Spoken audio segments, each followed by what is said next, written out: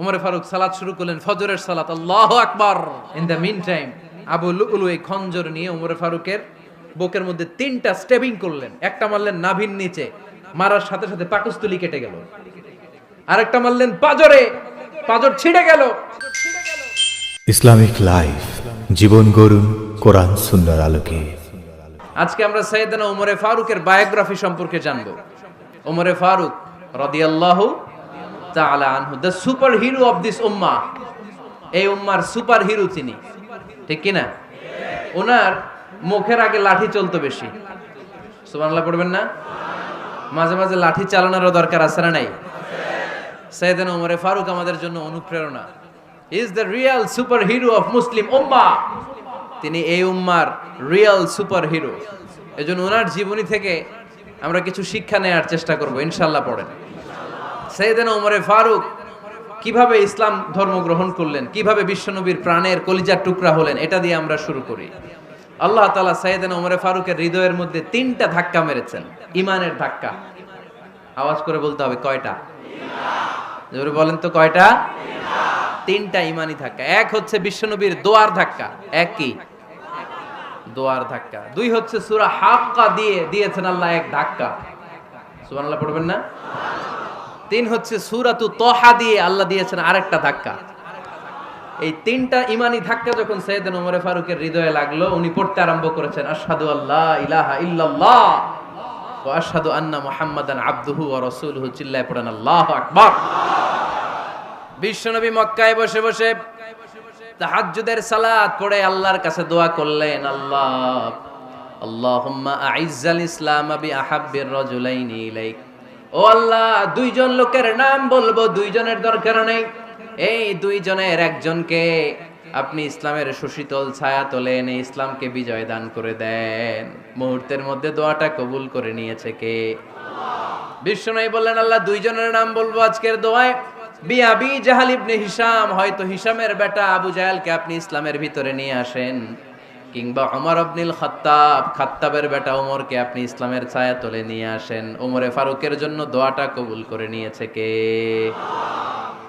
মক্কার যে অবস্থা, আল্লাহর হাবিব সাল্লাল্লাহু আলাইহি ওয়াসাল্লাম বুঝলেন মক্কার এই 2জনের একজন যদি আমার সাথে না থাকে তাহলে মক্কায় দাওয়াতি কাজ চালিয়ে যাওয়া যাবে। আল্লাহরে বললেন, আল্লাহ বেশি চাই না, এই 2জনের একজন, হয় আবু জাহেল নয় ওমর, হয় আবু জাহেল নয় ওমর। বিশ্বনবী যখন দোয়া করলেন, এই দোয়ার একটা ইমানি ধাক্কা, নুরানি ধাক্কা সাইয়েদনা ওমরে ফারুকের হৃদয়কে স্পর্শ করে ফেলল। দোয়া ইজ লাইক এ মিসাইল। এই যে আমরা দোয়া করি, এটা মিসাইলের মতো। যুদ্ধে মিসাইল হামলা করে না? মিসাইল হামলা করার পরে এই মিসাইল লক্ষ্য বস্তুতে যে ভেদ করে, ঠিক কিনা? তেমনি দোয়ার মতো যদি আপনি দোয়া করতে পারেন, আপনি যেই জন্য দোয়া করেছেন ঠিক ওই জায়গায় যে আপনার দোয়া স্পর্শ করে। সুবহানাল্লাহ পড়বেন না? বিশ্বনবীর দোয়ার মাধ্যমে প্রথমে সাইয়েদনা ওমরে ফারুকের হৃদয়ে এক ধাক্কা লাগলো। 2 নম্বরে রব্বুল আলামিন সূরাতুল হাক্কা দিয়ে ওমরে ফারুকের হৃদয়ের মধ্যে দিলেন এক ধাক্কা। পড়েন আল্লাহু আকবার। কোরআনের ভেতরে সূরাতুল হাক্কা নামে একটা সূরা আছে না নাই? আল হাক্কাতু মাল হাক্কা ওয়া মা আদরাকা মাল হাক্কা। পড়েন আল্লাহু আকবার। বিশ্বনবী যখন দোয়া করলেন, ওই দোয়া যখন সাইয়েদনা ওমরে ফারুকের হৃদয়ে স্পর্শ করলো, সাইয়েদনা ওমরে ফারুক সব সময় বিশ্বনবীরে ফলো করতে আরম্ভ করলেন। বিশ্বনবী ডানে গেলে লুকিয়ে লুকিয়ে ওমর ফারুক ডানে যায়, বিশ্বনবী বায়ে গেলে লুকিয়ে লুকিয়ে ওমরে ফারুক বায়ে যায়। বিশ্বনবী একবার মসজিদুল হারামে যে নামাজ পড়তে শুরু করলেন, ওমরে ফারুক তখন বিশ্বনবীর পিছু পিছু ছদ্মবেশে পেছন থেকে যে বিশ্বনবী কিভাবে নামাজ পড়ে দেখতে শুরু করলেন। বিশ্বনবী ইন দা মিন টাইম এশার নামাজে আল হাক্কাতু মাল হাক্কা তেলাওয়াত শুরু করে দিলেন। আল হাক্কাতু মাল হাক্কা তেলাওয়াত শুরু করে দিলেন। তেলাওয়াত করতে করতে বিশ্বনবী যখন তেলাওয়াত করতেছে, ওমরে ফারুক এরকম দুলতেছে আর মজা পাচ্ছে। ও মিয়া, বিশ্বনবীর কণ্ঠ বুঝি আমার মতো কণ্ঠ? আপনার মতো কণ্ঠ? আহমদ বিন ইউসুফের কণ্ঠ? আব্দুল বাসিতের কণ্ঠ না? বিশ্বনবীর গলায় যে কি সুরের ঝংকার আল্লাহ দিয়েছেন, কি সুরের লহরী আল্লাহ দিয়েছেন, একবার যে শুনতো পাগল হয়ে যেত। আল্লাহু আকবার। বিশ্বনবী সূরা হাক্কা মন্ত্রমুগ্ধ তেলাওয়াতে, মন্ত্রমুগ্ধ সুর দিয়ে, মন্ত্রমুগ্ধ কণ্ঠ দিয়ে তেলাওয়াত করতে লাগলেন। এশার সালাতে ওমরে ফারুক দুলতে লাগলেন। ওমরে ফারুক যত শুনেন অবাক হয়ে যায়, যত শুনেন অবাক হয়ে যায়, যতই শুনে অবাক। কিরে? কারণ তিনি আরবি ভাষা বুঝতেন। এত সুন্দর শব্দের গাঁথনি, এত প্রাঞ্জল বর্ণনা, এত সুন্দর অন্তমিল, এটা কবিতা না হয়ে পারে না। উনি মনে মনে ভাবলেন এটা মনে হয় কবিতা। It might be poem, it could be poem. Muhammad মনে হয় কবি হয়ে গেছে, তার কাব্য প্রতিভা দিয়ে সে এটা বানিয়েছে। তা না হলে এত সুন্দর কথা এটা কবিতা না হয়ে পারে। ইন দ্য মিন টাইম বিশ্বনবী কিন্তু দেখতেছে না যে পেছনে ওমর। বিশ্বনবী তেলাওয়াত করছিলেন। ইন দ্য মিন টাইম বিশ্বনবী পড়ছিলেন ওমা হুয়া বিকাউলি শাইরিন কলিলাম মা তুমিনুন। এই আয়াতের অর্থ হলো এটা কোনো কবির কথা নয়, খুব অল্প সংখ্যক লোকই তোমরা ঈমান আনো। সুবহানাল্লাহ পড়েন। এটাকে বলে কোইনসিডেন্ট। কোইনসিডেন্ট, হুট করে অনেক সময় মিলে যায়। যায় কি যায় না? আপনি একজনের কথা ভাবতেছেন, বাজারে গেলেন, বাজারে যেই দেখেন ওই লোকটা দাঁড়ায় আছে, এরকম হয় কি হয় না? কোইনসিডেন্ট। ওমরে ফারুক মনে মনে যেটা ভাবতেছে ওই কথা দিয়ে বিশ্বনবী তেলাওয়াত করতেছে। আল্লাহু আকবার। বিশ্বনবী যে আয়াত তেলাওয়াত করছিলেন, আয়াতের অর্থ হলো এটা কোনো কবির বানানো কবিতা না, খুব অল্প সংখ্যক লোকই তোমরা ঈমান আনো। ওমরে ফারুক আটকে উঠলেন, থমকে দাঁড়ালেন। ঘটনা কি? আমি মনে মনে ভাবলাম কি রে, এত সুন্দর কথা, এটা তো মানুষের কথা হতে পারে না, এটা নিশ্চয়ই কবিতা, কবির কথা। কিন্তু মুহাম্মদ এখন আবার পড়তেছে ওমা হুয়া বিকাউলি শাইর, এটা কোনো শায়েরের, কবির কথা নয়। কলিলাম মা তুমিনুন, অল্পই তোমরা ঈমান আনো। তার মানে আমার মনে যা চলে মুহাম্মদ এটা টের পায়। মুহাম্মদ গণক। নাউজুবিল্লাহ পড়বেন না? মুহাম্মদ অনেক বড় মাপের একজন গণক।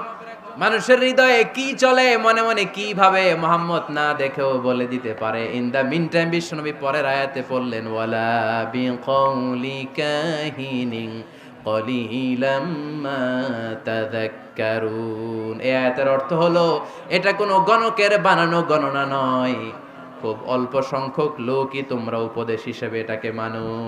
সুবহানাল্লাহ পড়েন। এবার আর ওমরে ফারুকের সহ্য হয় না, কি আজীব তামাশা। প্রথমে মনে করলাম কবিতা, মোহাম্মদ কয় কবি না, সে কবি না, এটা কবিতা না। তারপর ভাবলাম সে গণক, সে আয়াত পরে পরে বলে দিল এটা গণনা নয়। তাহলে এটা কি?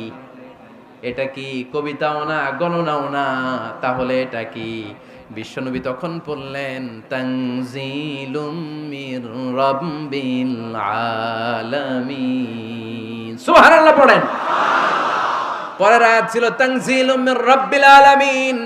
এটা দুনিয়ার কোনো কবির বানানো কবিতা না, এটা কোনো গণকের গণনা না, এটা কোনো সাহিত্যিকের বানানো সাহিত্য নয়, এটা মহাবিশ্বের পরিচালক রব্বুল আলামিনের কাছ থেকে পাঠানো কিতাব কোরআন।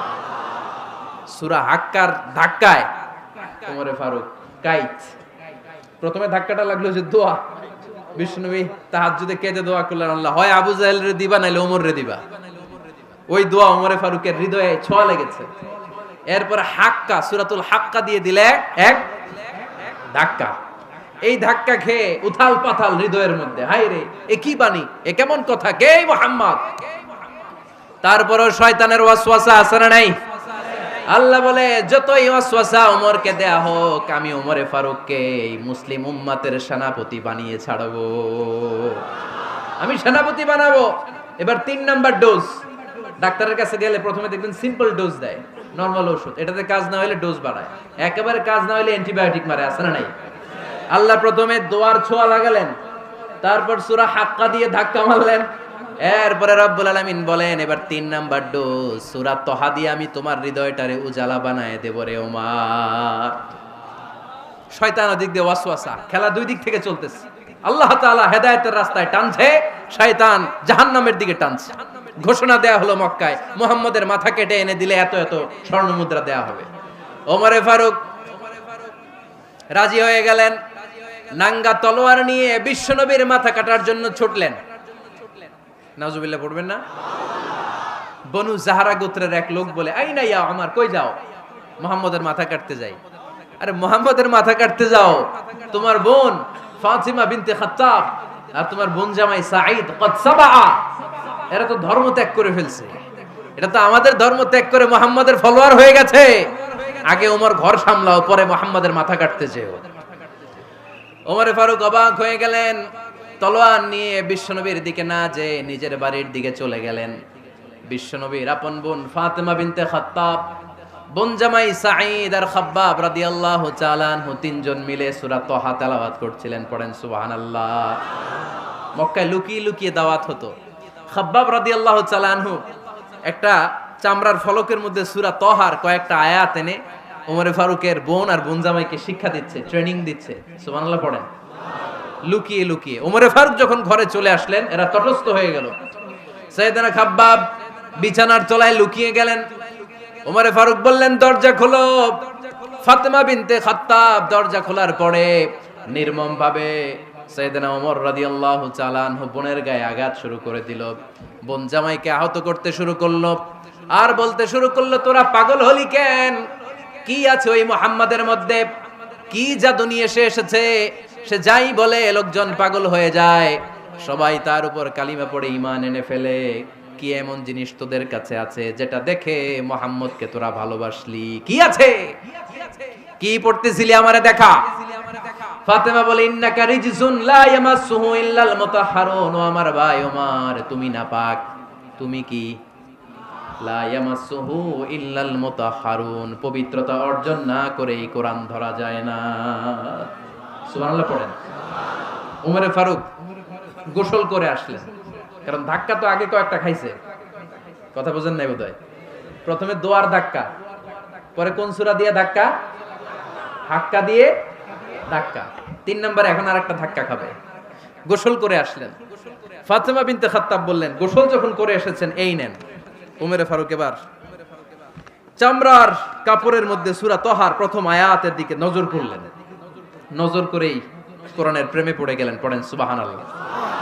ওমর ফারুক পড়তে আরম্ভ করলেন, তাহা মা আনজালনা আলাইকাল কুরআনা লিতাশকা ইল্লা তাযকিরাতাল লিমান ইয়াখশা তানজিলাম মিম্মান খালাকাল আরদা ওয়াস সামাওয়াতিল উলা।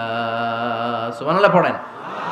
উনি পড়তে আরম্ভ করলেন, তাহা মা আনজালনা আলাইকাল কুরআনা লিতাশকা, এই কোরআনকে আমি তোমাদের হতভাগ্য জাতি হিসেবে দুনিয়ায় থাকার জন্য পাঠাই নাই। এটা রব্বুল আলামিনের পক্ষ থেকে এসেছে। যারা রবকে ভয় করে তাদের জন্য আছে উপদেশ। যিনি আকাশ বানিয়েছেন, জমিন বানিয়েছেন, ওই আল্লাহ তাআলা নিজেই এই কোরআন পাঠিয়েছে। আওয়াজ করে পড়তে হবে, আল্লাহু আকবার। উনি খুব ভালো আরবি জানতেন। সূরা তাহা পড়ার পরে আর ধৈর্য ধারণ করতে পারে না। ওমর ফারুক ছোট্ট বাচ্চার মতো কান্না শুরু করে দিলেন। আল্লাহু আকবার। সূরা তাহাটা হাতে নিয়ে, তলোয়ারটা হাতে নিয়ে বিশ্বনবীর দিকে ছুটতে আরম্ভ করলেন। আইনা মুহাম্মদ, কোথায় মুহাম্মদ? তোমরা আমাকে মুহাম্মাদের কাছে নিয়ে চলো। বিশ্বনবী তখন সাফা পাহাড়ের পাদদেশে দারুল আরকাম ইবনে আলকামের ঘরে লুকিয়ে লুকিয়ে কোরআনের দাওয়াত দিতেন। ওমরে ফারুককে পাগলের মতো ছুটে আসতে দেখে বিশ্বনবীর চাচা হামজা ইবনে আব্দুল মুত্তালিব বলল, নবী আপনি পালান। ওই যে খাত্তাবের বেটা ওমর আপনাকে অপমান করার জন্য, আক্রমণ করার জন্য তেরে এসেছে। সাহাবীরা বললেন, নবী আপনি পালিয়ে যান, আমরা সামাল দেব। বিশ্বনবী বললেন, না আমি পালাবো না, বরং তোমরা সরে যাও। ওমর ইবনুল খাত্তাবকে আমার দরবার পর্যন্ত আসতে দাও। আমার তো মনে হচ্ছে ওই যে তাহাজ্জুদের নামাজ শেষে চোখের পানি ছেড়ে যে আমি আল্লাহর কাছে দোয়া করেছি, আজকে আমার ওই দোয়াটা কবুল হতে শুরু করেছে। আমার তো মনে হচ্ছে আমার দোয়া কবুল হবে, আসতে দাও। ওমর ফারুক এসে বললেন, আশহাদু আল্লা ইলাহা ইল্লাল্লাহ ওয়া আশহাদু আন্না মুহাম্মাদান আবদুহু ওয়া রাসূলুহু, আমি সাক্ষ্য দিলাম আল্লাহ ছাড়া কোনো ইলাহা নাই, নিশ্চয় আপনি আল্লাহর প্রেরিত বান্দা এবং রাসূল। পড়েন সুবহানাল্লাহ। ওমর ফারুক যখন কালিমা শাহাদা পড়ে মুসলমান হয়ে বিশ্বনবীর হাতে হাত রাখলেন, মুসলিম সাহাবীদের মধ্যে খুশি আর আনন্দের বন্যা বয়ে গেল। মুসলিম হাতে গোনা সাহাবারা আল্লাহর প্রশংসা করলেন। বিশ্বনবী সাইয়েদনা ওমর ফারুককে জড়িয়ে ধরলেন। ওমর ফারুক আবার বিশ্বনবীরে বললেন, নবী গো, আলাসনা আলাল হক, আমরা কি সত্যের উপরে আছি নাকি আমরা ভুলের উপরে আছি? বিশ্বনবী বললেন, বালা নাহনু আলাল হক, আমরাই সত্যের উপরে আছি। সুবহানাল্লাহ পড়ে। আলাসনা আলাল হক, নবী আমরা কি সত্যের উপরে নাই? হ্যাঁ অবশ্যই ওমর তুমি সত্যের উপরে আছো। ওমরে ফারুক বললেন তাহলে ফাফিমাল ইখতিফা, তাহলে লুকায় লুকায় আর দাওয়াত দেব কেন? আমি তো কালিমা পড়ে ফেলছি, আসেন আমার সাথে বের হই। ফাফিমাল ইখতিফা, আর লুকায় লুকায় কেন? আসেন আমরা বাইরে বের হই। বিশ্বনবী বললেন ওমর এটা মাক্কি জীবন, এখানে আমরা একটু গোপনে গোপনে দাওয়াত দিতে চাই। ওমরে ফারুক বলে না, আমার দায়িত্ব, আমি একটা মিছিল দিতে চাই নবী। আল্লাহর নামের তাকবীর দিতে দিতে দারুল আরকাম থেকে শুরু করে মসজিদুল হারাম পর্যন্ত একটা মিছিল দিয়ে আমি মক্কা কাঁপাইয়া দেব। অনুমতি দেন। বিশ্বনবী দিতে চায় না। ওমর ফারুক অনেক বুঝানোর পরে স্বল্প পরিসরের একটা অনুমোদন পাওয়া গেল বিশ্বনবী সাল্লাল্লাহু আলাইহি ওয়াসাল্লামের কাছ থেকে। কিন্তু মিছিল যে দিবে, মিছিলের জন্য লোকের দরকার আছে না নাই? এখানে লোক নাই, আমি একাই মিছিল দিতেছি। এটা জমবে? মিছিল জমবে? খুঁজে উনি 11 জন মুসলিম সাহাবা পেলেন। কয়জন? ওমরে ফারুক বললেন 11 জনই সই। এই 11 জন নিয়েই আমি আল্লাহর নামের তাকবীর দেব। 2 লাইন করলেন। কয় লাইন? 2 লাইন। পেছনে 6 জন, আর এই লাইনের নেতা বানালেন বিশ্বনবীর চাচা হামজাকে রাদিয়াল্লাহু তাআলা আনহু। আর সামনে 5 জন, তার আগে দাঁড়ালেন উনি নিজেই। তাহলে 6 6 12। বললেন এই 2 লাইনই আমরা তাকবীর দিতে দিতে, বেশি না, এই দারুল আরকামের ঘর থেকে, আপনারা জানেন যে সাফা মারওয়া এখন যে সাই হয়, এই সাফার পাদদেশে ছিল দারুল আরকামের ঘর। উনি বললেন এখান থেকে ওই যে কাবার গিলাফ দেখা যায়, কাবার গিলাফ পর্যন্ত আমরা এই তাকবীর নিয়ে ওখানে যাব। সুবহানাল্লাহ পড়বেন না? ওখানে উনি দাঁড়িয়ে ছোট্ট একটা ভাষণ দিয়েছিলেন। উনি বলেছিলেন মান আরাদা আন তাসকুলা উম্মু ওয়া ইয়াতামা ওয়ালাদু ওয়া তারমিলা যাওজাতুহু ফালিয়াসুদ্দানি। খেয়াল করে শুনেন, কান দুইটা খরগোশের কানের মতো খাড়া করেন। উনি এক বাক্যের একটা ভাষণ দিলেন। ভাষণ দিতে জানলে বড় ভাষণ দেয়া লাগে না। এক বাক্যের ভাষণ দিয়ে গোটা বিশ্বকে ঝাঁকুনি মারা যায়। চিল্লায় বলো ঠিক কিনা? ওমরে ফারুক এক বাক্যের একটা ছোট্ট ভাষণ দিলেন। মান আরাদা আন তাসকুলা উম্মু, কে আছো মায়ের এই মক্কায়, কে আছো মায়ের বুক খালি করতে চাও? ইয়া আচামা ওয়ালাদু, কে আছো বাচ্চাগুলারে, নিজের সন্তানগুলোরে ইয়াতিম বানাতে চাও? কে আছো তারমিলা যাওজাতুহু, নিজের স্ত্রীকে বিধবা বানাতে চাও? ফালিয়া সুদ্দানি, বুকের পাটা থাকলে আমি ওমর রে থামাও। ফালিয়া সুদ্দানি, দেখি মক্কায় কার এত বড় বুকের পাটা। কে আছো মায়ের বুক খালি করতে চাও, সন্তান রে এতিম বানাতে চাও, স্ত্রীকে বিধবা বানাতে চাও? ফালিয়া সুদ্দানি, পারলে আমারে ঠেকাও। এই বলে উনি আল্লাহু আকবার, আল্লাহু আকবার, আল্লাহু আকবার বলে স্লোগান শুরু করে দিলেন। এক এক স্লোগানে মক্কার মরুজমিন থারথার করে কাঁপতে আরম্ভ করলো। এই মিছিল মক্কার কেউ দেয় নাই। মিছিলের আওয়াজ শুনে আবু জাহেল বাইরিস, উতবা বাইরিস, শাইবা, ওয়ালিদ ইবনে মুগিরা সব বের হইছে। কি রে, আমার এলাকায় এত বড় স্লোগান, কার এত সাহস? বের হয়ে দেখে মিছিলের সামনে ওমর। ওমর রে দেখে দিছে এক দৌড়। কারণ ওমরে ফারুককে থামানোর মতো বাপের বেটা মক্কায় দ্বিতীয়টা কেউ ছিল না। আওয়াজ করে বলেন ঠিক কিনা? ওমরে ফারুক আল্লাহু আকবার, আল্লাহু আকবার বলে স্লোগান দিতে দিতে মসজিদুল হারামের ভেতরে ঢুকে গেল। কাবার গিলাফ ধরার পরে সেদিন মিছিল থেমেছে। ওই আল্লাহর নামের স্লোগান সেদিন কেউ থামাতে পারে নাই, কিয়ামত পর্যন্ত কেউ থামাতে পারবে না। চিল্লায় বলো ঠিক কিনা?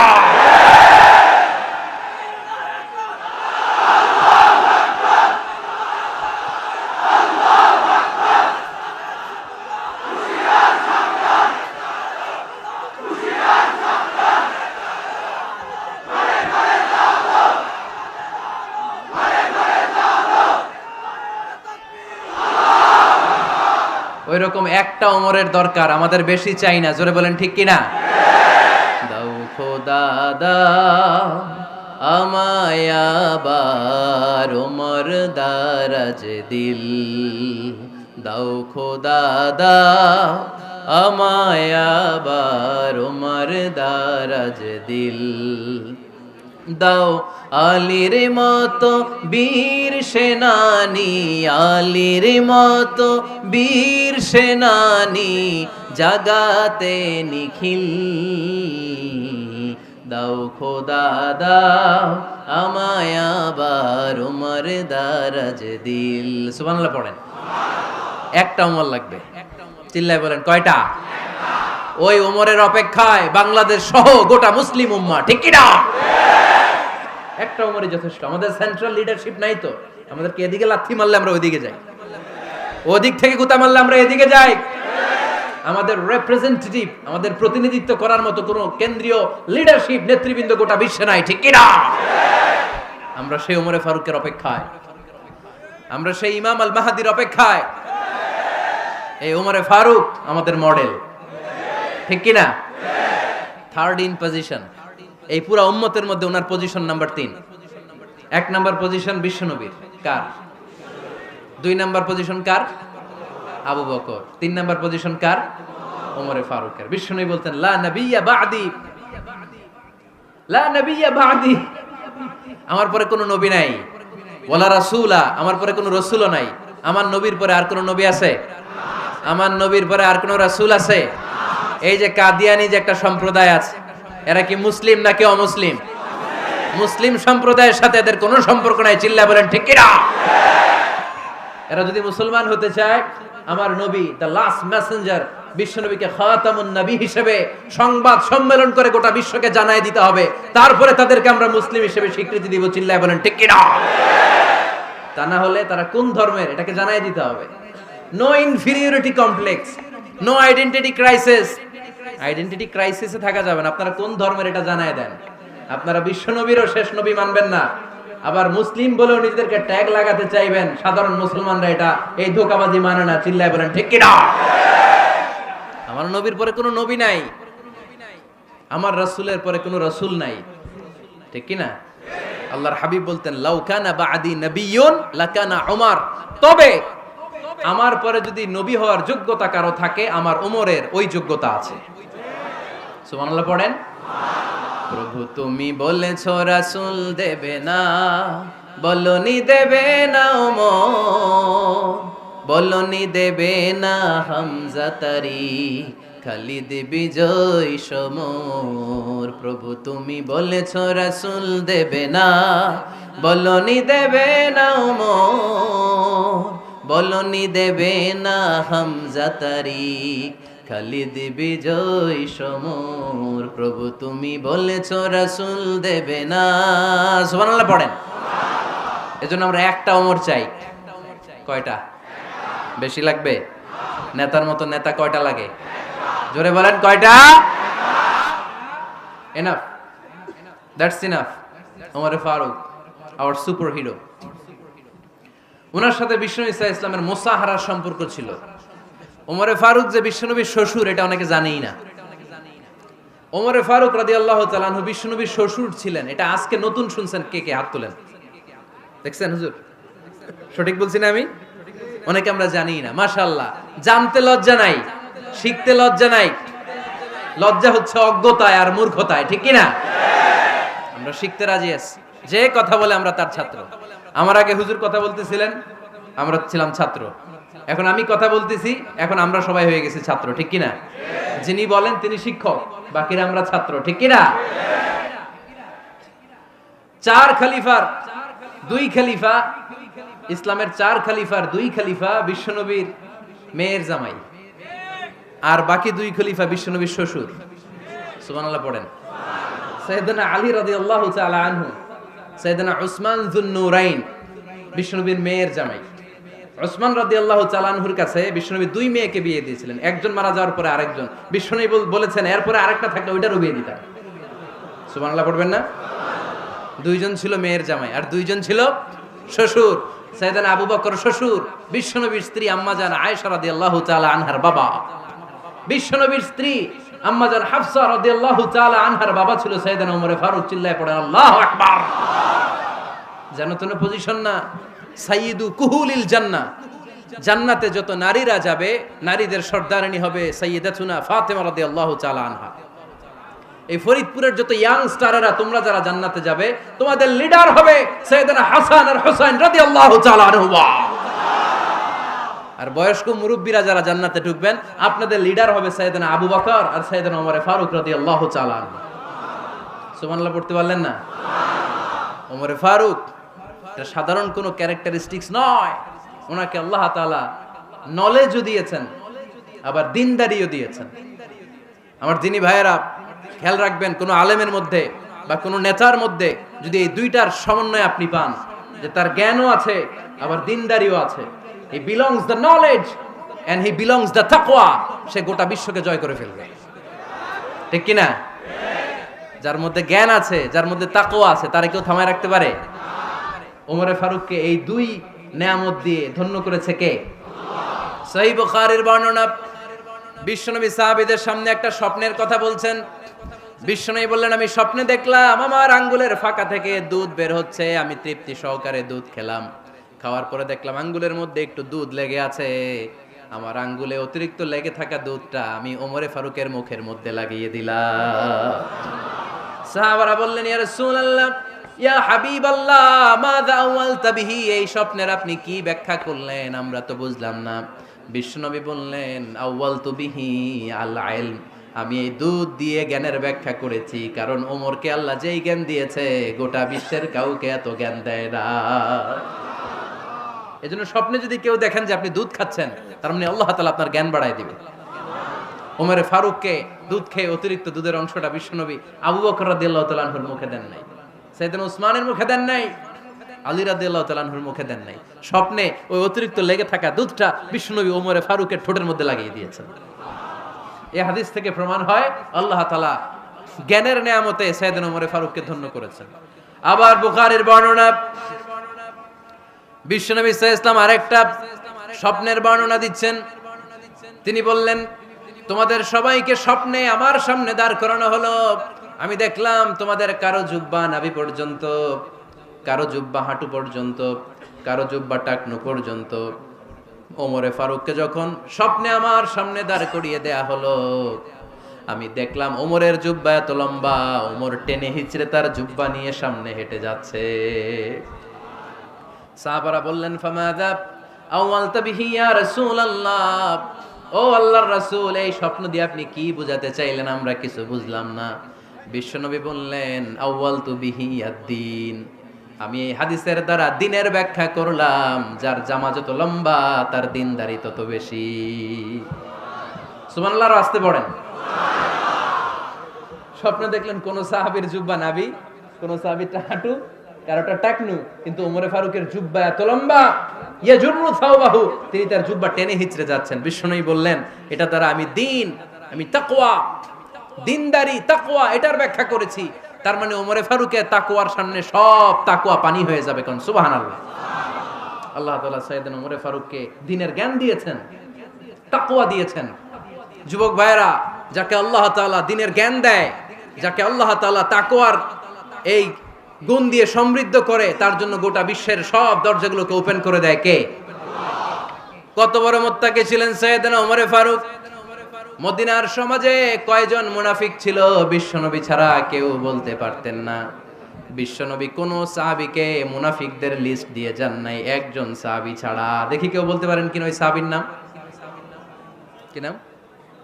হুযায়ফা ইবনুল ইয়ামান রাদিয়াল্লাহু তাআলা আনহু। ওনাকে বলা হতো সাহিবু সিররি রাসূলিল্লাহ, আল্লাহ রাসূল সাল্লাল্লাহু আলাইহি ওয়াসাল্লামের গোপন তথ্যের ধারক বাহক। সুবহানাল্লাহ পড়বেন না? বিশ্বনবী ইন্তেকালের আগে মদিনার সমাজে মোট কয়জন মুনাফিক আছে, এই তথ্য আবু বকরকে বলেন নাই, ওমর রাদিয়াল্লাহু তাআলা আনহুকে বলেন নাই, উসমান রাদিয়াল্লাহু তাআলা আনহু, আলী রাদিয়াল্লাহু তাআলা আনহু, আশারাতুল মুবাশশিরিনা বিল জান্নাহ কোন সাহাবীকে বলেন নাই। শুধুমাত্র কেবলমাত্র একমাত্র হুযায়ফা ইবনুল ইয়ামান রাদিয়াল্লাহু তাআলা আনহুর কাছে মুনাফিকদের লিস্টে বিশ্বনবী দিয়ে গিয়েছেন। সুবহানাল্লাহ পড়েন। মদিনায় কারা কারা মুনাফিক কেউ জানতো না হুযায়ফা ছাড়া। কে ছাড়া? নামটা আজকে মুখস্থ করেন, যাতে অন্য কোনো ওয়াজে কেউ জিজ্ঞেস করলে বলতে পারেন। মুনাফিকদের লিস্ট যে সাহাবীর কাছে বিশ্বনবী দিয়ে গিয়েছিলেন, সাহাবীর নাম কি? নাম? নামটা কেমন লাগে? ভাল লাগে? অনেকে আমারে জিজ্ঞেস করে, হুজুর আমার ছেলে হবে আগামী মাসে, একটা নাম দেন। নাম দিয়ে দিলাম হুযায়ফা। যাদের হবে ছেলে, এলাকায় যাদের নেক্সট কয়েক মাসে ছেলে হবে, খালি হুযায়ফা চলবে। কি চলবে? ভাল লাগে? নামটা ভাল লাগে? রাইখেন, অনেক সুন্দর নাম। উনি জানতেন মুনাফিক কারা। দেখেন ওমরে ফারুকের তাকওয়ার লেভেলটা কত হাই। ওমরে ফারুক একদিন হুযায়ফা রাদিয়াল্লাহু তাআলা আনহুর কাছে গেলেন, যে বললেন, হুযায়ফা, বিশ্বনবী ইন্তেকালের আগে মুনাফিকদের নামের লিস্টটা কারো কাছে দেয় নাই, আমার জানা নাই, সাইয়েদনা আবু বকরের জানা নাই, কোন সাহাবীর জানা নাই, তুমি ছাড়া। আমি তোমার কাছে জানতে চাই, আমি ওমরের নামটা ওই মুনাফিকদের খাতায় আছে কিনা আমার একটু বলো। আমার ওমরের নামটা ওই মুনাফিকদের লিস্টিতে একটু আছে কিনা, নামটা একটু বলো। যদি থাকে আমি ভালো হয়ে যাব, আমি নেফাকি দূর করে পাক্কা মুমিন হতে চাই। আমার নাম যদি মুনাফিকের লিস্টে থাকে আমি তো শেষ। হুযায়ফা চোখের পানি ছেড়ে দিয়ে বলে, আমিরুল মুমিনিন, কেমন প্রশ্ন করলেন আপনি? আপনি বিশ্বনবীর শ্বশুর, এই উম্মতে আপনার পজিশন 3 নাম্বার।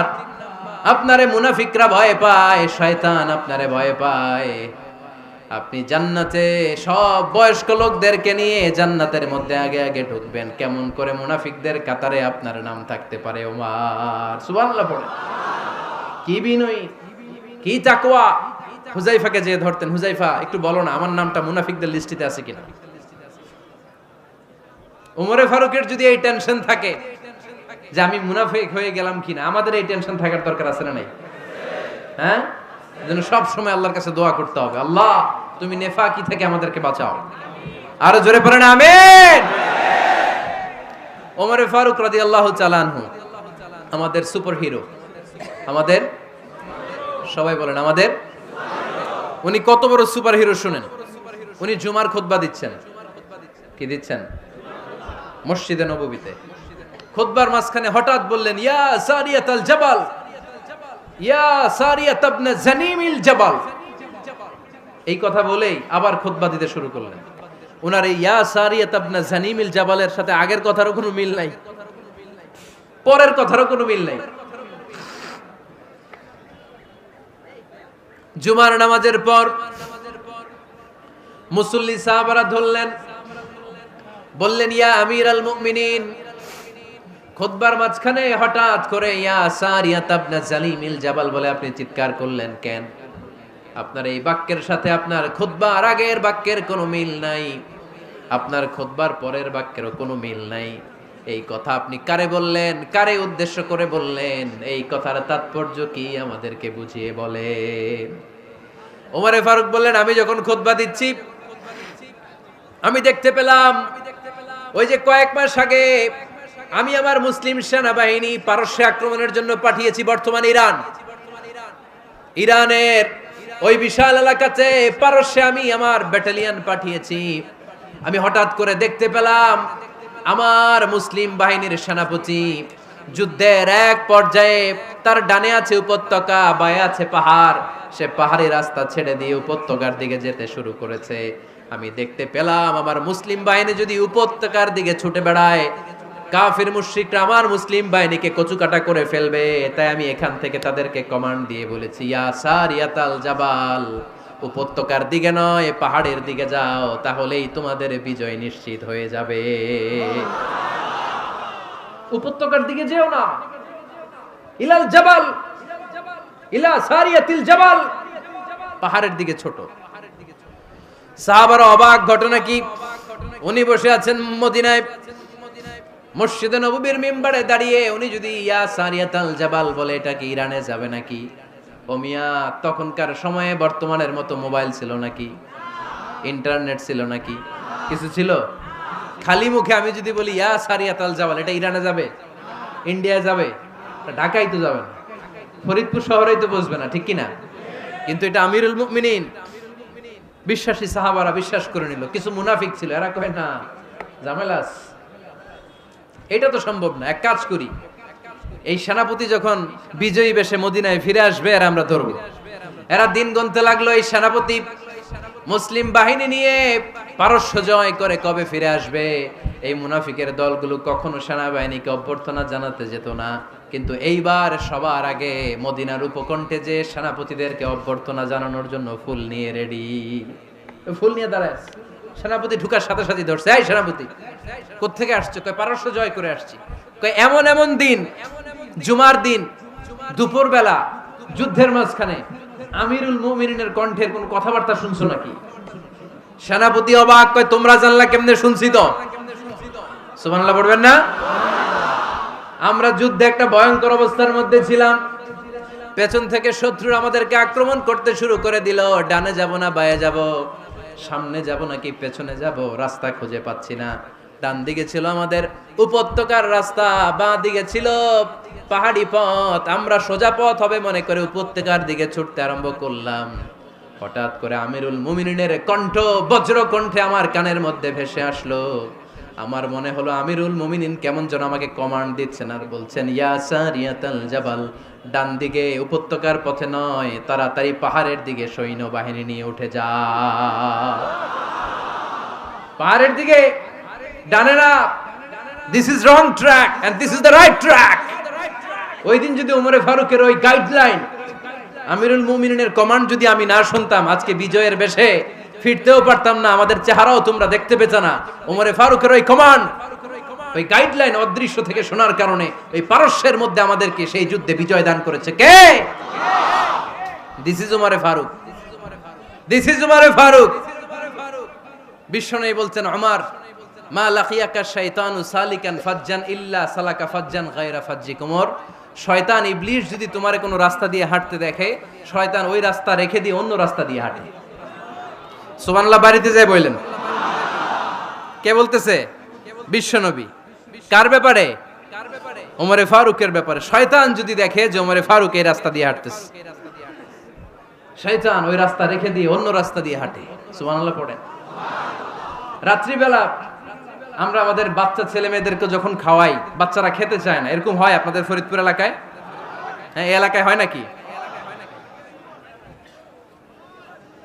খেতে চায় না বাচ্চারা, এই চকলেট দেখায়া, এই মিনা কার্টুন দেখায়া, এইটা সেইটা, এগুলো সেগুলো বলে, গল্প টল্প বলে ভুলায়া খাওয়ানো লাগে, তাই না? তারপরও খায় না। আমারও ছোট মেয়ে আছে, খেতে চায় না, এইটা সেইটা এমনি সেমনে খাওয়ানো লাগে। তো শেষে না পেরে মা বাবা বলতে বাধ্য হয়, ওই যে ভূত আসতেছে, ভূত, তাড়াতাড়ি তাড়াতাড়ি খাও, নাহলে যে ভূত ধরবে তোমারে। ওই যে বাঘ আসতেছে, বাঘ, তাড়াতাড়ি খাইলে নাহলে বাঘে কামড়াবে। বলি না আমরা? আপনারা কি বলেন? ভূত। আর কি বলেন? হ্যাঁ হ্যাঁ, আচ্ছা, এক এক জায়গায় এক একটা আমরা বলি, ভূত আসবে, বাঘ খাবে, ভাল্লুক খাবে, তাড়াতাড়ি খাও। মদিনাতে যখন ওমরে ফারুক আমিরুল মুমিনিন, মদিনার মায়েরাও বাচ্চাদেরকে খাওয়াতে পারতো না, ছোট্ট মেয়েদেরকে খাওয়াতে পারতো না, খাওয়া নিয়ে যন্ত্রণা করতো। বাচ্চারা যখন মদিনায় খেতে চাইতো না রাত্রি বেলায়, মদিনার মায়েরা বলতো, তাড়াতাড়ি খাও, হা হুয়া ইয়াতি উমর, হা হুয়া ইয়াতি উমর, তাড়াতাড়ি খা, নাইলে ওই যে ওমর আসতেছে, Omar. This is our superhero সাইয়েদনা ওমর ফারুক রাদিয়াল্লাহু তাআলা। শুধু শয়তানি ভয় পেত না, মুনাফিকরাও ভয় পাইতো, জমের মতো ভয়। শুধু তাই না, আমাদের আম্মাজান বিষ্ণু ইসা ইসলামের স্ত্রীরাও ওমরে ফারুককে ভয় পেতেন। সুবহানাল্লাহ কইবেন না? মাঝে মাঝে বিষ্ণু ইসা ইসলামের সাথে আম্মাজান আয়েশার ঝগড়া হতো, হতো না? আপনাদের ফ্যামিলিতে ঝগড়া হয়? হয় না? হয় না? কার কার দেখি? ওরে আল্লাহ, অনেক আল্লাহর ওলি আছে তো এই জায়গায়। ঝগড়া হয় না? কি কথা কয়, ঝগড়া হয় না বলে? বিশ্বনবীর ফ্যামিলিতে ঝগড়া হয়, আপনার ফ্যামিলিতে হয় না? মিষ্টি ঝগড়া। আর ও বিয়েই করে নাই।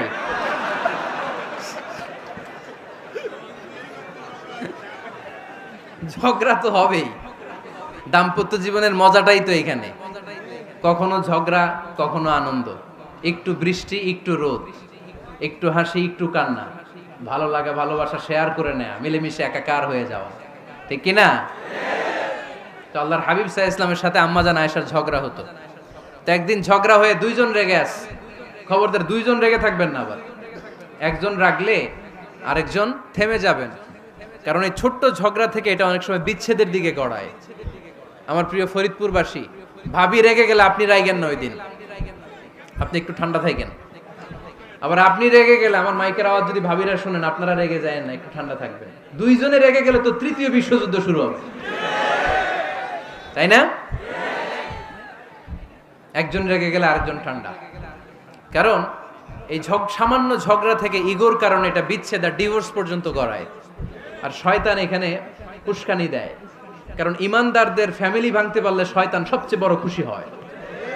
আর ইমানদারদের ফ্যামিলি টিকে থাকলে খুশি হয়ে যায় কে? আম্মাজান আয়েশা রাদিয়াল্লাহু তাআলা আনহার সাথে বিষ্ণু ইসা ইসলামের ঝগড়া হতো মাঝে মাঝে।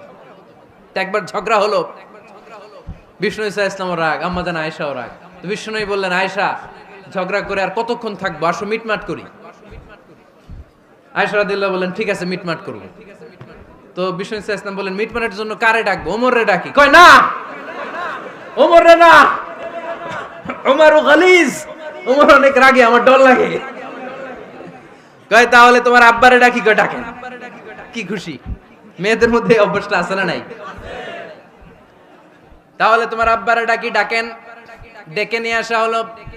আবু বকর রাদিয়াল্লাহু তাআলা আনহু দাঁড়ালেন, আম্মা জান আয়েশা দাঁড়ালেন, বিশ্বনবীও দাঁড়ালেন। বিশ্বনবী বললেন, আয়েশা তোমার আব্বা আসছে, এবার ঘটনা খুলে বলার পালা, তুমি বলবা নাকি আমি বলবো?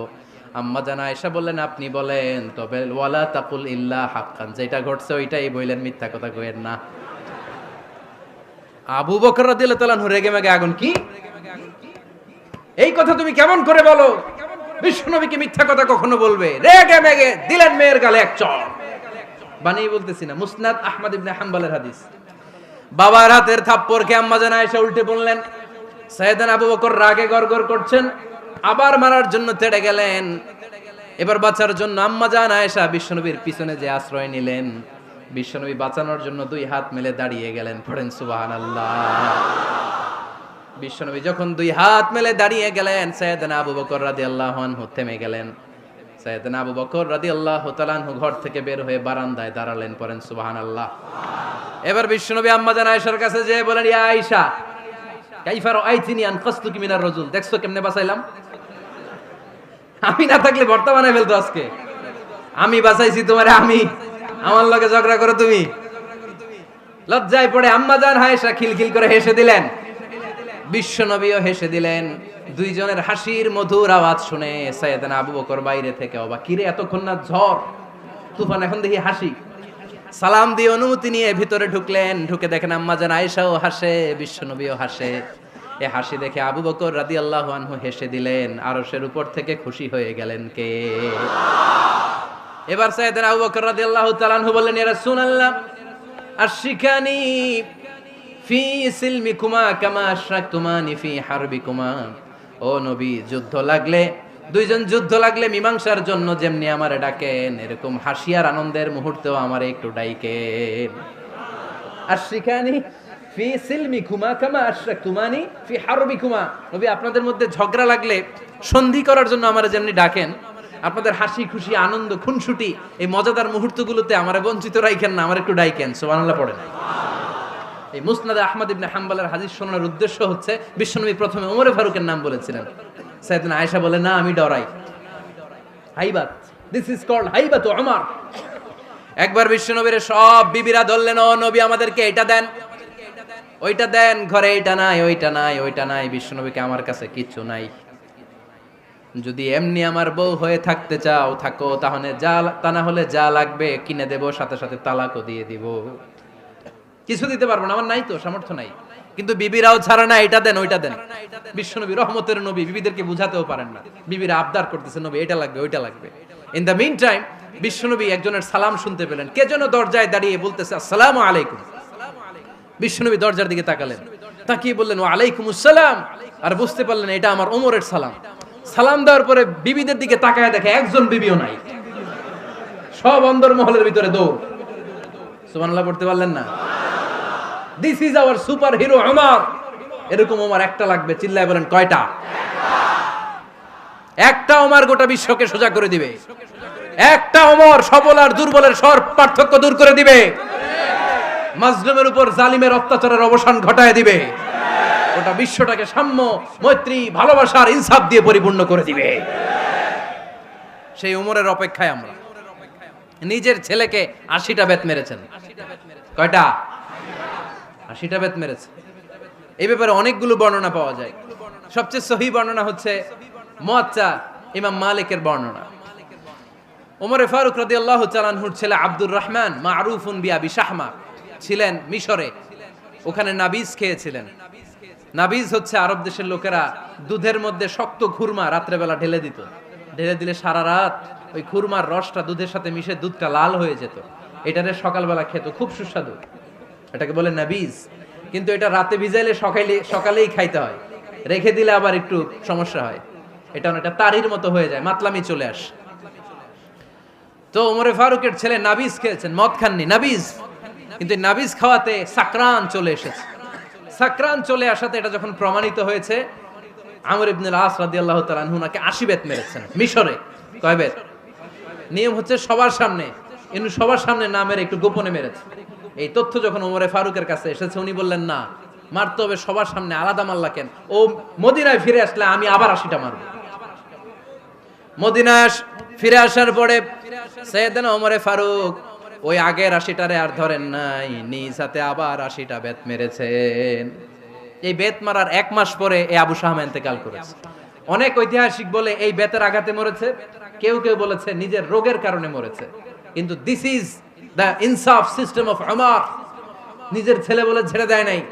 এখন নিজের ছেলে হইলে 7 খুন মাফ, নেতার ছেলে হইলে 10 খুন মাফ, এলাকার মোড়লের ছেলে হইলে 10 খুন মাফ। নো পার্শিয়ালিটি ইন ইসলাম। ইসলামে পার্শিয়ালিটি নাই। আপনি নেতার ছেলে হন, আপনি বিজনেস ম্যাগনেটের ছেলে হন, আপনি যেই হন না কেন, ইসলামের দৃষ্টিতে সবাই সমান। চিল্লায় বলেন ঠিক কিনা? বানু মখজুমিয়া গোত্রের এক নারী চুরিতে ধরা পড়ল। সাহাবারা বললেন, নবী, মদিনার সবচেয়ে ভেরি প্রেস্টিজিয়াস এন্ড ডিগনিফাইড ফ্যামিলির মেয়ে, আপনি হাত কাটেন না, কারণ ইসলামের নিয়ম চুরি করলে কি কেটে দাও। বিশ্বনবী বললেন, বলো কি? হাত না কাটার জন্য তোমরা আমাকে রেকমেন্ড করছো? এটা আল্লাহর আইন, পৃথিবীর কেউ রেকমেন্ড করলো শোনার ক্ষমতা আমার নাই, কারণ আইনটা দিয়েছে কে? আল্লাহ।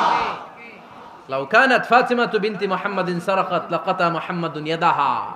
আরে বনু মাকসুমিয়া মেয়ে তো দূরের কথা, আমার কলিজার টুকরা ফাতেমাও যদি আজ চুরিতে ধরা পড়তো, তার হাত কেটে দিতে আমি 1 মিনিটও দেরি করতাম না। দিস ইজ ইসলাম। এই হচ্ছে ওমরে ফারুকের মানাকিব। এরকম ওমরে ফারুক কয়টা লাগবে? আওয়াজ করে বলতে হবে, কয়টা লাগবে? একটা লাগবে।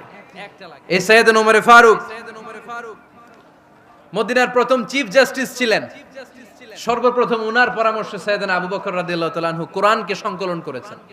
আমরা এই যে কোরআন পড়ি 30 পারা, এমদাদিয়া লাইব্রেরির 114টা সূরা, কত সুন্দর সন্নিবেশ করা হয়েছে, এখানে সাজানো হয়েছে। আল্লাহর হাবিব সাল্লাল্লাহু আলাইহি ওয়াসাল্লামের সময় কি এরকম কোরআন ছিল নাকি? ছিল না। খেজুর পাতার মধ্যে, গাছের বাকলের মধ্যে, ওটের বড় হাড্ডির মধ্যে আর পাথরের মধ্যে খোদাই করা কোরআন ছিল। সাইয়েদনা আবু বকরের সময় রাদিয়াল্লাহু তাআলা আনহুর সময় যুদ্ধ হলো, 70 জন হাফেজ সাহাবী ইন্তেকাল করলেন। সাইয়েদনা আবু বকর রাদিয়াল্লাহু তাআলা আনহুকে ডেকে ওমরে ফারুক বললেন, ও আবু বকর, এইভাবে হাফেজে কোরআন সাহাবীরা যদি দুনিয়া থেকে বিদায় হয়ে যায়, আল্লাহর কোরআনও তো বিদায় হয়ে যাবে। আমার পরামর্শ হলো আপনি সব বয়োজ্যেষ্ঠ সাহাবীদেরকে একসাথে করে কোরআনের সব কাগজগুলোকে একসাথে করে একটা নির্ধারিত কপির মধ্যে কোরআনকে সংকলন করে ফেলেন। সাইয়েদনা আবু বকর বললেন, যেটা আমার নবী করেন এটা আমি কেমনে করি? কিন্তু ওমরে ফারুক নাছরবান্দা বলে না, এটা করলে কোনো খারাপ হবে না, ভালোই হবে। মুসলিম উম্মার জন্য এক জায়গায় কোরআন সন্নিবেশিত থাকবে, আপনি করেন। সাইয়েদনা আবু বকর রাজি হয় না, ওমরে ফারুকও ছাড়ে না। ওমরে ফারুক বলতে বলতে বলতে বলতে এমন ভাবে সাইয়েদনা আবু বকর রাদিয়াল্লাহু তাআলা আনহুকে ধরলেন, সব শেষে সাইয়েদনা আবু বকর ওমরে ফারুকের কথায় কোরআন সংকলনে রাজি হয়ে গেলেন। পড়েন সুবহানাল্লাহ। উনি বললেন, ওমর যখন আমাকে বারবার বুঝাতে লাগলো, আল্লাহ তাআলা আমার হৃদয়টা ওমরের কথা শোনার জন্য খুলে দিলেন। আল্লাহ তাআলা কেমন যেন আমাকে ইলহাম করলেন, আবু বকর করো, এই কাজের মধ্য দিয়ে আমি আমার কোরআনকে গোটা বিশ্বে জীবিত রেখে দেব। This is Umar. এই যে আমরা হিজরি সনের যে আমরা গণনা করি, এই হিজরি সনের প্রবর্তক হচ্ছে সাইয়েদনা ওমরে ফারুক। সুবহানাল্লাহ নাই? আপনাদের মনোযোগ আছে না গেছে? কই ঘুমায় গেলেন মনে হয়? তাকবীর দেন তো একজন আওয়াজ করে।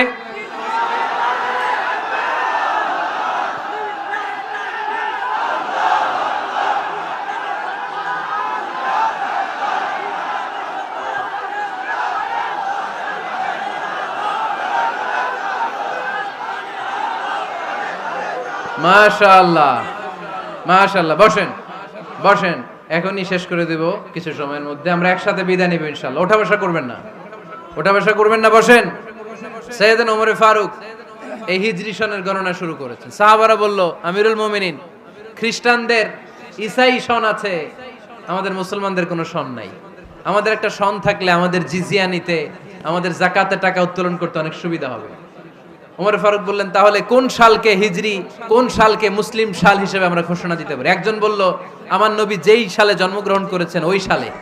ওমর ফারুক বললেন, না, আমার নবীর জন্ম আমাদের জন্য খুশির দিন, কিন্তু এটা আমাদের জন্য প্রেরণা নয়। প্রেরণা নবীর কাজে, ঠিক কিনা? আরো কিছু সাহাবারা বলল, তাহলে যেই সালে আমার নবী ইন্তেকাল করেছে ওইটারে প্রথম সাল ধরেন। ওমর ফারুক বললেন, না, যেদিন তিনি ইন্তেকাল করেছেন এটা আমাদের দুঃখের দিন, এটা আমাদের প্রেরণা নয়। আমাদের প্রেরণা হচ্ছে বিশ্বনবীর ত্যাগ, তিতিক্ষা আর কাজের মধ্য দিয়ে। জোরে কোন ঠিক কিনা? ওমর ফারুক বললেন, যেদিন বিশ্বনবী ইসলাম রক্ষায় নিজের মাতৃভূমি ছেড়ে মক্কা থেকে মদিনায় গিয়েছেন ওই দিনটাকে হিজরি প্রথম দিন ধরে আমরা হিজরি সাল গণনা করে শুরু করে দেব। ওইটাই হচ্ছে হিজরি সন। সেখান থেকে হিজরি সনের প্রবর্তন করেছেন সাইয়েদনা ওমর ফারুক রাদিয়াল্লাহু তাআলা আনহু। এই যে স্টেট গভর্নমেন্ট, এই যে প্রিজন, জেলখানা, ক্যান্টনমেন্ট, সচিবালয়, গণভবন, বঙ্গভবন, মুক্তিযোদ্ধাদের ভাতা, রাষ্ট্রীয় ভাতা, এই সব নিয়ম কানুন সাইয়েদনা ওমর ফারুক তার রাষ্ট্রীয় আমলে তিনি নিজে করেছেন। চিল্লায় পড়েন আল্লাহু আকবার। মুসলমানদের আলাদা কারেন্সি, নিজস্ব মুদ্রা ব্যবস্থা নিজে চালু করেছেন। সৈনিকদের মধ্যে যারা বিবাহিত প্রতি 6 মাস অন্তর অন্তর 1 মাসের ছুটি কাটাতে তারা ফিরে আসবে, সাইয়েদনা ওমর ফারুক চালু করেছেন। চিল্লায় আওয়াজ করে পড়েন আল্লাহু আকবার। এই যে আমরা 20 রাকাত সালাতুত তারাবি পড়ি রমাদানে, পড়েন না আপনারা? এটা সাইয়েদনা ওমর ফারুক চালু করেছে। সুবহানাল্লাহ পড়তে পারলেন না? কোরআনে মোট 22টা আয়াত আছে যেখানে সাহাবারা ইনডিসিশনে ভুগছিলেন। বিশ্বনবীর মত একটা, ওমর ফারুকের মত আর একটা। এই 22 জায়গায় আল্লাহ তাআলা বিশ্বনবীর মতের পক্ষে আয়াত নাজিল না করে ওমর ফারুকের মতের পক্ষে কোরআনের আয়াত নাজিল করেছেন। আওয়াজ করে পড়েন আল্লাহু আকবার। এদিকে উঠলেন কেন আপনারা? যারা উঠছেন আমার দিকে তাকান।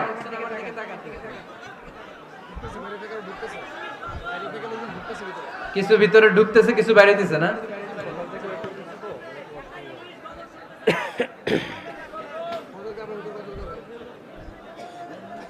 সাইয়েদনা ওমর ফারুক, আমরা সাহাবীদের জীবন চরিত পড়তে চাই না, কত যে অনুপ্রেরণামূলক দৃষ্টান্ত সাইয়েদনা ওমর ফারুক আমাদের জন্য রেখে গিয়েছেন।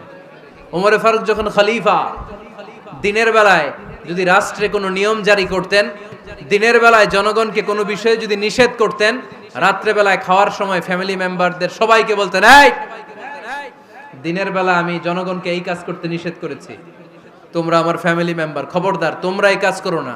জনগণ করলে যতটুকু শাস্তি, তোরা করলে পাবি ডবল শাস্তি। সুবহানাল্লাহ কইবেন না? আমাদের নেতারা ওই বাড়ির বিচার করে, ওই বাড়ির মাইয়ার বিচার, ওই বাড়ির পোলার বিচার, নিজের পোলা গাঞ্জা টানে, আছে না নাই? নিজের মেয়ে অপরাধ করে, আছে না নাই?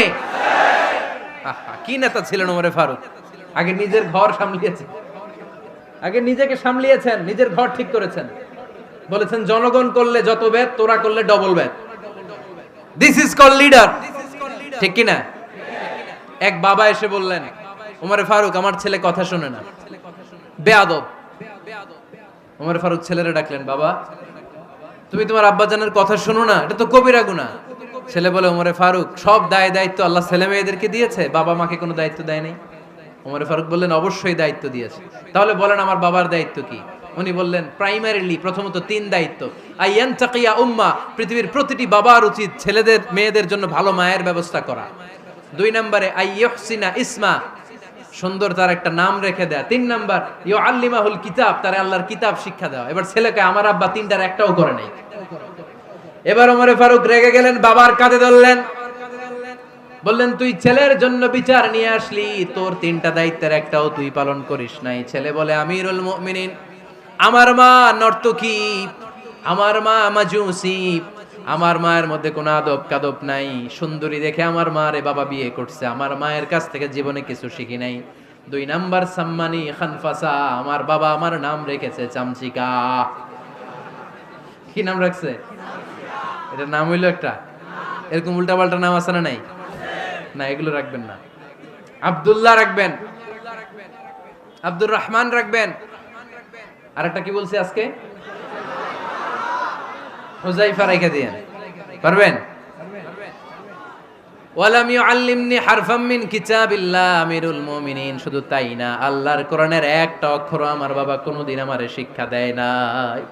ওমর ফারুক রেগে গেলেন, এবার বাবের কান্দে ধইরা মারতে শুরু করলেন। তুই পোলার নামে বিচার নিয়ে আইছিস, তোরে মার দিমু আগে। এরকম নেতার দরকার আছে না নাই?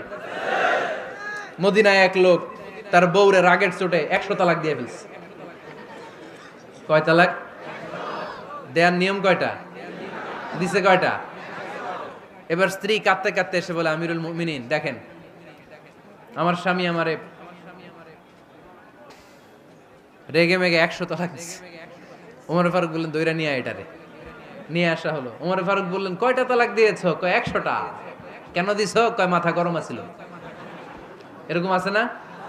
তালাক দেওয়ার সময় সব তালাক, তুই তালাক, তোর মা তালাক, তোর বোন তালাক, সব তালাক। তালাক দিবে ওয়াইফ রে, দিতেছে সবাই রে। তোমার ফারুক বললেন, দিবে 3টা, 100টা দিলা কেন? কয় মেজাজ গরম ছিল। কয় দাঁড়া, আত-তালাকু মিন শাআইরিল্লাহ, তালাক হচ্ছে আল্লাহর দেয়া বিধানের একটা নিদর্শন, এটা নিয়ে তুই খামখেয়ালি করলি।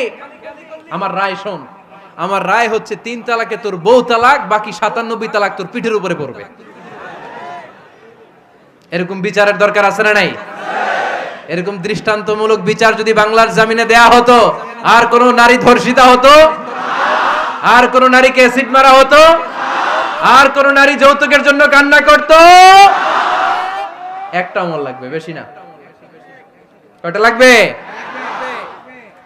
তিনি গভর্নর সিস্টেম চালু করেছিলেন, governor system, Islamic state. Bahrain, Yemen, মিসর, কুফা, বসরা, মক্কা, মদিনা, এই 7 জায়গায় 7 জন গভর্নর পাঠিয়েছেন। তাদের থেকে তথ্য নিতেন। এই গভর্নর সিস্টেম উনি বানিয়েছেন। সাইয়েদনা আমর ইবনে আল-আস রাদিয়াল্লাহু তাআলা আনহুকে পাঠিয়েছেন মিশরে। মিশরে একটা দৌড় প্রতিযোগিতা হতো। ওই দৌড় প্রতিযোগিতায় আমর ইবনে আল-আস রাদিয়াল্লাহু তাআলা আনহুর ছেলে অংশগ্রহণ করেছে, কিন্তু এক মিশরি ওই দৌড় প্রতিযোগিতায় চ্যাম্পিয়ন হয়ে গেছে। রানার্স আপ হয়েছে আমর ইবনে আল-আসের ছেলে। এবার মিশরি ফার্স্ট আর গভর্নরের ছেলে সেকেন্ড। রাগের চোটে আমর ইবনে আল-আসের ছেলে ওই মিশরির মাথার মধ্যে কয়েকটা বাড়ি মেরেছে। মিশরি বলে, আমার মাল্লা কেন? তুমি খেলায় পারো না, আমারে মাল্লা কেন? কয় আনা ইবনুল আকরামিন, আমি গভর্নরের পোলা, আমি যা বলবো এটাই হবে, আমার উপরে কথা নাই। মিশরি ওইখানে আর ঝগড়া বাঁধায় নাই, মনে দুঃখ নিয়ে মদিনায় চলে আসলেন। এসে বললেন, আমিরুল মুমিনিন, আপনি আমর ইবনুল আস রাদিয়াল্লাহু তাআলা আনহুকে মিশরের গভর্নর বানিয়ে পাঠিয়েছেন। একটা প্রতিযোগিতায় আমি চ্যাম্পিয়ন হয়েছি, ওনার ছেলে হয়েছে রানার আপ। কেন সে চ্যাম্পিয়ন হতে পারে নাই? এই কারণে আমার মাথায় লাঠি দিয়ে 3টা বাড়ি মেরে। বিচারটা দিছে কার দরবারে? কথা বুঝেন নাই বোধহয়?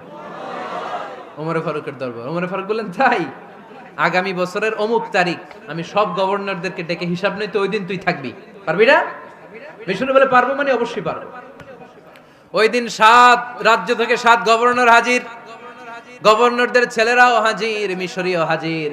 7 গভর্নরের কাছ থেকে 7 এলাকার খোঁজ খবর নেয়ার পরে ওমরে ফারুক বললেন, আইন আল মিসরি, মিশরি লোকটা কই, এদিকে আয়। মিশরি সামনে আসার পরে বলল, আমর ইবনুল আস, তুমি মিশরের গভর্নর, তোমার ছেলে সহ তুমি আসো। আমর ইবনুল আস এসে সামনে বসে রইলেন। এবার বললেন, ও আমর ইবনুল আসের ছেলে, তুমি নাকি ইবনুল আকরামিন গভর্নরের ছেলে, তুমি যা বলবা মিশরে নাকি তাই হবে, তোমার নাকি অনেক দাপট। নিজে একটা লাঠি এনে মিশরীর হাতে দিয়ে বলল, এবার তোর মাথায় যতটা মারছে তুই ততটা গুনে গুনে মার, আমি দেখবো। আমর ইবনুল আস দেখবে, আমর ইবনুল আসের ছেলেরে তুই এখানে মার। সে বলতেছে, থাক, আপনি বলছেন এতেই যথেষ্ট, মারা লাগবে না, আমি মাফ করে দিলাম। ওমরে ফারুক বলল, খবরদার, মার, মার ওর মাথার মধ্যে। মিশরি ওমরে ফারুকের ধমক শুনে ভয়ে ভয়ে 3টা বাড়ি মারল। এই বাড়ি মারা দেখেও ওমরে ফারুকের হৃদয় ঠান্ডা হয় নাই। লজ্জায় আমর ইবনুল আস, বয়স হয়ে গিয়েছে সাহাবা, মাথা তখন টাক, মাথায় চুল নাই, লজ্জায় মাথাটা হেট হয়ে মাথাটা নিচু করে রেখেছে। এবার রাগের চোটে ওমরে ফারুক বললেন, এবার আমর ইবনুল আসের টাক মাথার মধ্যে একটা মার, মার। কেন ছেলেকে শিক্ষা দিতে পারে নাই? ইয়া আমর ইবনুল আস, মাতা জাআলতুমুন নাস আবিদা, তোমরা কখন মিশরীদেরকে নিজেদের দাস বানায় নিলা? ওয়াকাদ ওয়ালাদাতুম উম্মুহুম আহরারা, আর ওদের মায়েরা তো ওদেরকে স্বাধীন সন্তান হিসেবে প্রসব করেছে। মানুষদের উপর ক্ষমতাগিরি করার জন্য গভর্নর পাঠাই নাই। খবরদার, জনগণ তাদেরকে দেখভাল করার জন্য তোমাদেরকে পাঠানো হয়েছে, তাদের উপর কোনো অত্যাচার করার জন্য নয়। চিল্লায় বলেন ঠিক কিনা? এরকম নেতা কয়টা লাগবে? কয়টা? ওই নেতার নাম কি? ওমর। হ্যাঁ, হুয়া ইয়াতি ওমর। 22 জায়গায় বিশ্বনবী কয় একটা, ওমরে ফারুক বলে আরেকটা। আল্লাহ বলে, বিশ্বনবী আপনার পক্ষে আমি আয়াত নাজিল করতে পারলাম না, আমি ওমরের পক্ষে নাজিল করে দিলাম। বিশ্বনবী বলতেন, ইন্নালি কুল্লি উম্মাতিন মুহাদ্দাস, সব উম্মতের মধ্যে, সব নবীর উম্মতের মধ্য থেকে একজন করে আল্লাহ তাকে মুহাদ্দিস বানাতো। মুহাদ্দিস না, মুহাদ্দাস। মুহাদ্দাস মানে এমন লোক যিনি যা ভাবতো ওই ভাবনাটাই আল্লাহ আয়াত হিসেবে নাজিল করে দিতেন। বিশ্বনবী বলেন, আমার উম্মতের মধ্যে মুহাদ্দাস হচ্ছে সাইয়েদনা ওমর। মদিনার সবচেয়ে বড় মুনাফিকের নাম আব্দুল্লাহ ইবনে উবাই ইবনে সালুল। সব মুনাফিকদের সরদার, কিন্তু এই মুনাফিকের ছেলেটা হলো পাক্কা ইমানদার। এই ছেলের নাম হলো আব্দুল্লাহ। আওয়াজ করে বলেন, ছেলের নাম কি? আব্দুল্লাহ ইবনে উবাই ইবনে সালুল। মুনাফিক সরদার যখন ইন্তেকাল করলো, সাইয়েদনা আব্দুল্লাহ রাদিয়াল্লাহু তাআলা আনহু বিশ্বনবীর কাছে এসে চোখের পানি ছেড়ে ডেকে বলে, নবী আপনিও জানেন, আমিও জানি, মদিনার সবাই জানে আমার আব্বা মুনাফিকদের সরদার, কিন্তু আমার মন তো মানে না, আমার তো পিতা, আমার তো বাবা লাগে, আমার তো মন মানে না। আপনিও জানেন মুনাফিক, আমিও জানি মুনাফিক। নবী আপনার দরবারে কিছু আমি চাই না, আপনার গায়ের একটা জামা দেন, আপনার জামাটা পরিয়ে আমার বাবারে দাফন দিব। এর উসিলায় যদি আমার আব্বারে আল্লাহ মাফ করে দেয়, দয়ার নবী মায়ের নবী জামা খুলে দিয়ে দিলেন। পড়েন সুবহানাল্লাহ। আব্দুল্লাহ রাদিয়াল্লাহু তাআলা আবার আবদার চললেন, নবী জানি আমার বাবা মুনাফিক, কিন্তু আমার তো বাবা, আপনার দরবারে ফরিয়াদ, আপনি নিজে যে আমার বাবার জানাজার নামাজের ইমামতি করবেন। দয়ার নবী মায়ার নবী জানাজার নামাজে যেতে চাইলেন। ওমরে ফারুক বললেন, নবী না, খবরদার আপনি উবাই ইবনে সালুলের জানাজায় যাবেন না। বিশ্বনবী জোর করে যেতে চাইলেন। সাইয়েদনা ওমরে ফারুক বিশ্বনবীর জামা পেছন থেকে টেনে ধরলেন। আল্লাহু আকবার। টেনে ধরলেন, যাবেন না আপনি। ওমরে ফারুকের হাত থেকে হ্যাচকা টান মেরে জুব্বা টান দিয়ে বিশ্বনবী জানাজায় চলে গেলেন। রব্বুল আলামিন আয়াত নাজিল করলেন, ইস্তাগফির লাহুম আও লা তাস্তাগফির লাহুম ওয়া ইন তাস্তাগফির লাহুম ৭০ মাররাতান ফালান ইয়াগফিরাল্লাহু লাহুম। নবী গো, একবার নয়, দুইবার নয়, ৭০ বারও যদি এই মুনাফিকের জন্য আপনি ক্ষমা চান, তার জন্য ক্ষমা নাই, তার জন্য আছে জাহান্নাম। ওয়ালা তাকুম, আপনি যাবেন না আলা কবরি, কখনো তাদের জানাজায় যাবেন না। এই যে একটা ভুল করে ফেলছেন, এটা এবারই শেষ, এরপরে আর যাবেন না। সাইয়েদনা ওমর ফারুকের পক্ষে আল্লাহ তাআলা কোরআনের আয়াত নাজিল করে দিলেন। চিল্লায় পড়েন আল্লাহু আকবার। এভাবে 22টা জায়গায় ওমর ফারুক যা বলেছে, এটা নিয়ে একটা আলাদা আলোচনা হইতে হবে, আলাদা একটা আলোচনা লাগবে যে 22টা আয়াতে আল্লাহ তাআলা বিশ্বনবীর পক্ষে কোরআনের আয়াত নাজিল না করে সাইয়েদনা ওমর ফারুকের পক্ষে আয়াত নাজিল করেছেন। চিল্লায় পড়েন সুবহানাল্লাহ। ওই ওমর ফারুককে আমাদের মডেল বানানোর দরকার আছে না নাই? ওই ওমর ফারুকের জীবনী আমাদের ছেলে মেয়েদেরকে পড়ানোর দরকার আছে না নাই? আমাদের ভবিষ্যৎ প্রজন্ম এগুলো জানে না। ওরা সালমান খান দেখে বড় হয়, ওরা শাহরুখ খান দেখে বড় হয়, ওরা ঋত্বিক রোশনকে দেখে বড় হয়, ওরা মনে করে যে এরাই বড় সুপার হিরো। আমাদের যে কত বড় সুপার হিরো আছে এরা জানেই না। নতুন প্রজন্মের কর্ণকোহরে সাইয়েদনা ওমর ফারুকের ইতিহাস পৌঁছে দেওয়ার দরকার আছে না নাই? ওমর ফারুকের ইন্তেকালের ঘটনাটা বলেই আমরা মুনাজাতের দিকে যাব। শুনবেন? শুনতে চান? উনি স্বপ্নে দেখলেন একটা লাল মোরগ ওনাকে 3টা ঠোকর মেরেছে। কয়টা? উনি জুমার নামাজে, জিলহজ মাসের শেষ সপ্তাহে জুমার নামাজে বললেন যে একটা লাল মোরগ 3টা ঠোকর মেরেছে। মুগীরা ইবনে শুবা রাদিয়াল্লাহু তাআলা আনহুর দাস আবু লুলু আল মাজুসি, এই লোকটা খঞ্জর বানাতে পারতো। মুগীরা রাদিয়াল্লাহু তাআলা আনহুর দাস। মুগীরা প্রতিদিন 4 দিরহাম করে চার্জ করতো, যেহেতু দাস। সে এসে বিচার দিল, আমিরুল মুমিনিন, মুগীরা আমার থেকে বেশি টাকা চায়, জুলুম করে। ওমর ফারুক বললেন, তাই? তুমি কি কাজ জানো? বলে, আমি খঞ্জর বানাতে জানি। বাড়ি কই? পারস্য। আরে তুমি খঞ্জর বানাতে জানলে তো 4 দিরহাম অনেক কম, সে তো আরো বেশি টাকা নেওয়া দরকার ছিল তোমার থেকে। আবু লুলুর এই কথা পছন্দ হয় নাই। সে কয়, ওমর তুমি সবারে দয়া দেখাও আর আমার ক্ষেত্রে কঠিন নিয়ম বানাইলা, দাঁড়াও এই নিয়ম তোমারে আমি দেখাবো। এই রাগে সে বাড়িতে যে একটা খঞ্জর বানালো। কি বানালো? খঞ্জর চিনেন? ছোট্ট ছুরি। কিছুদিন আগে ওমানের সুলতান কাবুস ইন্তেকাল করেছে, জানেন আপনারা? ওনার এই কোমরের মধ্যে খঞ্জর থাকতো, ছবিতে দেখছেন? আরব শায়েখ যারা সুলতান আমির, কোমরে কি থাকে? ছোরা থাকে, খঞ্জর। সে বাসায় যে একটা খঞ্জর বানালো, যেই খঞ্জরের দুই মাথা, লাহু রাসান ওয়া মাকবাদাতুহু ফি ওয়াসাতি, আর ধরার হ্যান্ডেলটা মাঝখানে, এদিকেও ছুরি এদিকেও ছুরি, যাতে এইভাবে মারা যায়। সে ধার দিতে লাগলো আর বলল, ওমর দাঁড়াও, তোমারে আমি দেখাবো। ওমরে ফারুক মসজিদে নববীর ইমাম, ফজরের নামাজের সময় এ আবু লুলু আল মাজুসি বুরনুস পরে, চাদর পরে, লুকিয়ে লুকিয়ে, সে অগ্নি উপাসক, মুমিন নয়। ওমরে ফারুককে অ্যাটাক করার জন্য গেলেন মসজিদে নববীতে। ওয়াকানু ইউসাল্লুনা বিগালাস, তখন ওনারা অন্ধকারে নামাজ পড়তো। নামাজের সময় যখন হলো, লুকিয়ে লুকিয়ে প্রথম কাতারে ওমরে ফারুকের পিছনে মুয়াজ্জিনের পাশেই দাঁড়ালেন, হাতে খঞ্জর।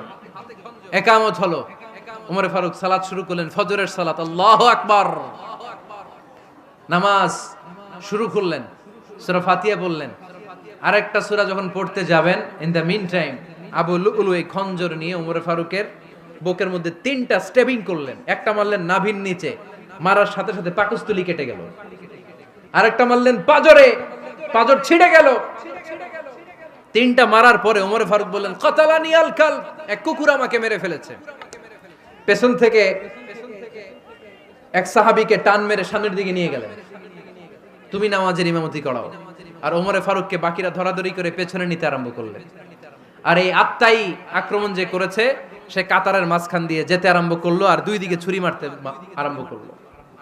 13 জন সাহাবীর গায়ে ছুরি মেরেছে, 7 জন সাহাবা স্পট ডেথ, জায়গায় মৃত্যু। এই ভয়ঙ্কর অবস্থা দেখে এক সাহাবী বুরনুস, এক ধরনের জুব্বা আছে মাথাওয়ালা, অনেকে জ্যাকেট পরছেন না এরকম মাথাওয়ালা, লম্বা জুব্বা আছে, আরবরা শীতে পরে মাথাওয়ালা। এই মাথাওয়ালা জুব্বা বের করে এক সাহাবী জালের মতো তার দিকে উড়ায় মারল। ওই বুরনুসের মধ্যে পেঁচিয়ে আবু লুলু মাটিতে পড়ে গেল আর সুইসাইড করে ফেললো, নিজের বুকে নিজে মেরে আত্মহত্যা। যেই সাহাবীকে ইমামতির জন্য দাঁড় করালেন, উনি ছোট্ট সূরা দিয়ে, প্রথম রাকাতে সূরা আল কাউসার, দ্বিতীয় রাকাতে সূরাতুল ইখলাস দিয়ে নামাজ শেষ। ওমরে ফারুক বেহুশ। ওমরে ফারুক কি? হ্যাঁ, বেহুশ। সবাই কান্নাকাটি করতেছে, সবাই দেখতে গেলেন, এখন হুঁশ ফিরে না। মুখের মধ্যে, মুখ খুলে রাষ্ট্রের চিকিৎসক মুখের মধ্যে দুধ দিলেন, ওই নাভি দিয়ে দুধ বের হয়ে যায়, পাকস্থলী কেটে ওখান দিয়ে দুধ বের হয়ে যাচ্ছে। তারা বললো, ওনারে বাঁচানো সম্ভব না, দেখেন হুঁশ ফিরে কিনা।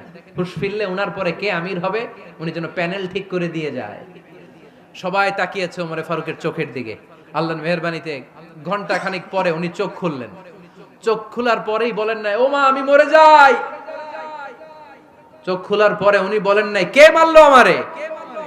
চোখ খোলার পরে উনি বলেন নাই, আমার পরে নেতা কে হবে। চোখ খোলার পরে সর্বপ্রথম কথাটি ছিল, আসল্লান নাস, আমার নেতৃত্বে যে ফজরের নামাজটা শুরু হয়েছিল, এটাকে ঠিকমতো তোরা পড়েছিলি?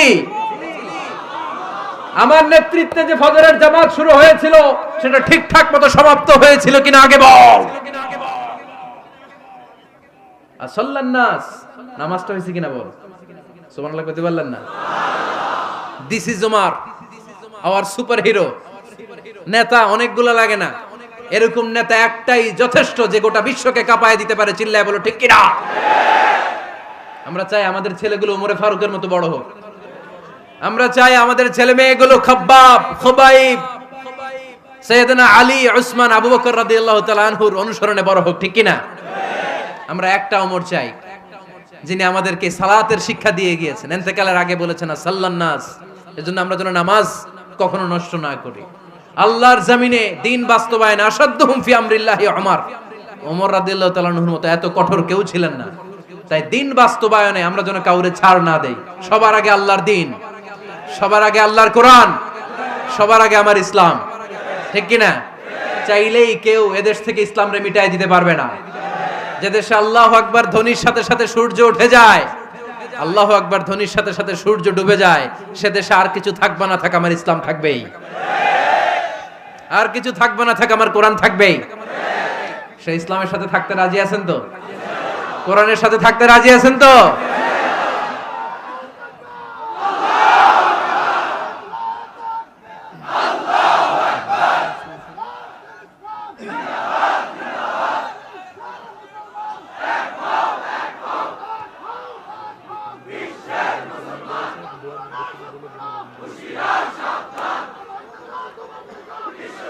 আল্লাহ আমাদের সবাইকে কবুল আর মঞ্জুর করে নেক, আমরা পড়ি আমিন।